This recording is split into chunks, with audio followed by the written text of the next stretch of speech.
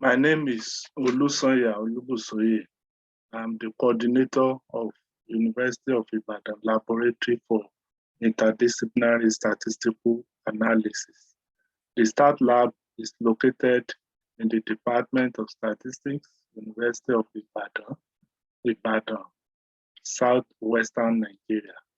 I'll be sharing with you about the lessons learned in transforming evidence to action, LISA 2020 USAID-funded project titled Enhancing Election Participation in Nigeria. Our local partner in the project is the Independent National Electoral Commission, INEC, through its research and training unit, the Electoral Institute.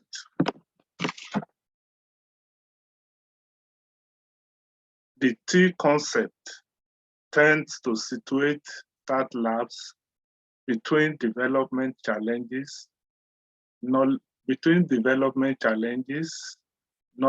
creation through the collection of evidence, and feeding the policymakers, development actors, and researchers to enable them transform the society and improve the quality of life. STAT labs are supposed to be engine of transformation.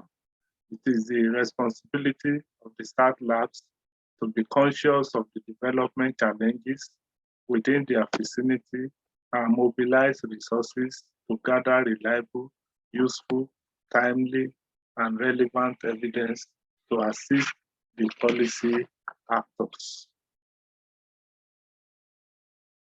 For UI-LISA, the development challenge observed at the national level revolves around election participation. Participation in elections in Nigeria is usually the end of a process. The starting point of the process involves participation in the continuous voter registration exercise organized by INEC. If the participation is successful, then the name of the citizen is included in the voter register. Only those listed in the voter register are qualified to participate in the voting exercise. The process poses several developmental challenges, which include: one, being eligible to participate in CVR, but unable because of systemic or self-imposed hindrances. Two, problem of compromised voter register, which could eventually lead to the third problem, that is unwillingness to participate in the final stage of voting. So, in our study, the first objective was to investigate the causes of non-participation in the CVR exercise. The reasons found in the study were provided in the box, on the right-hand side.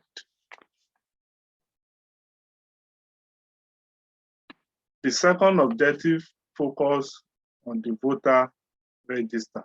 We interrogated the register to determine: one, proportion of under 18 registrants. We found just 12% of our sample cases to be underage. Two, proportion of dead registrants. We found just 1.25% of our sample cases to be dead registrants. Three, proportion of registrants whose addresses have changed. We found 12.36% of our sample cases to have relocated to a new address not known to the electoral body. The third objective examines the causes of non-participation in the voting exercise. As a preliminary investigation, we examine accreditation status and voting status. To the credit of INEC, we found no one to have voted without being accredited. However, 1.2% of the sampled voters got accredited but never participated in the final stage of voting. On the causes of non-participation in the voting, the 5 topmost ones are listed on the screen.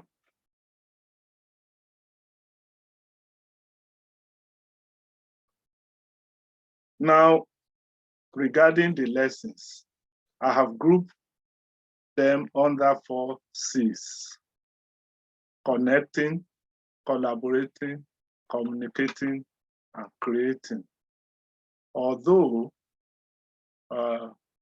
under connecting, I will share our experience on how we got connected with our local partner and policy actor, INEC. How smooth was the process? What were the challenges? And how we addressed them, and then draw lessons. Under collaborating, I will share how we work together to achieve a common goal and produce results. Under communicating, I will explain how we carry the stakeholders along and inform, and I will also draw some lessons. Finally, under creating, I will discuss about the dissemination of the research outcomes and the sustainability of the existing partnership.